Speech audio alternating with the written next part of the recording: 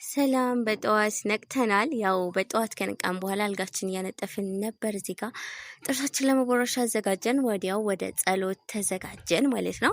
ከጸሎት በኋላ ትንሽ አስበን የጠዋት መሆናችን ስናስታውስ መዝሙር ከፍተን ዩኒፎርማችን ወደ ማዘጋጀት ገባን። ያው ከትምህርት ተመልሰን ዩኒፎርማችን መልሰን ቀየርን እና ከእረፍት በኋላ ወደ ባንክ ለመክፈት ወደ መውጣት ተዘጋጀን። ከዛም እየሄድን ነበር እዚህ ጋር እና የትኛው ባንክ ይሻለኛል እያልኩ እያሰብኩኝ ነበር። ንግድ ነው መክፈት የፈለኩት። ታክሲ አጣንና ባጃጅ ይዘን ወረድን፣ ደረስን።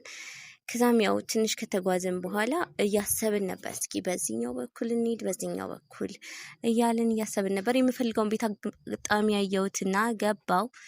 አሪፍ ነው ቤቱ፣ ወደነዋል። እሺ እንመለሳለን ብለን ወጣን። ከዛ እንደተለመደው ሳፋሪኮሞችን አግኝቼ አይቼ አልፌ ሄድኩ። ሎሚ ለማንሳት ፈልጌ ነበር።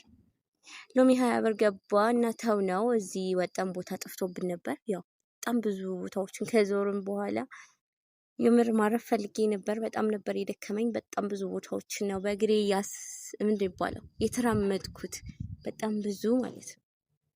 ከዛ መውጫው ጠፋብኝ፣ የገባሁበት ቦታ ጠፍቶብኝ፣ መውጫው ጠፍቶብኝ ሌላ ባልሆነ መንገድ ነው የወጣሁት እና ከዛ ለረፍት ተቀምጠን ውሃ ከጠጣን በኋላ ወደ ባንክ ሄድን። እንደምታዩት በጣም ብዙ ወረፋ ነው። ከቀኑ 10 ሰዓት ሆኖ ነበር። ስለዚህ 1 ሰዓት ነው ያለው፣ አይደርስሽም አሉኝና ያው ወደ መመለስ ወስነን ወደ ቤት ሄደን ደህና ደሩ ባይ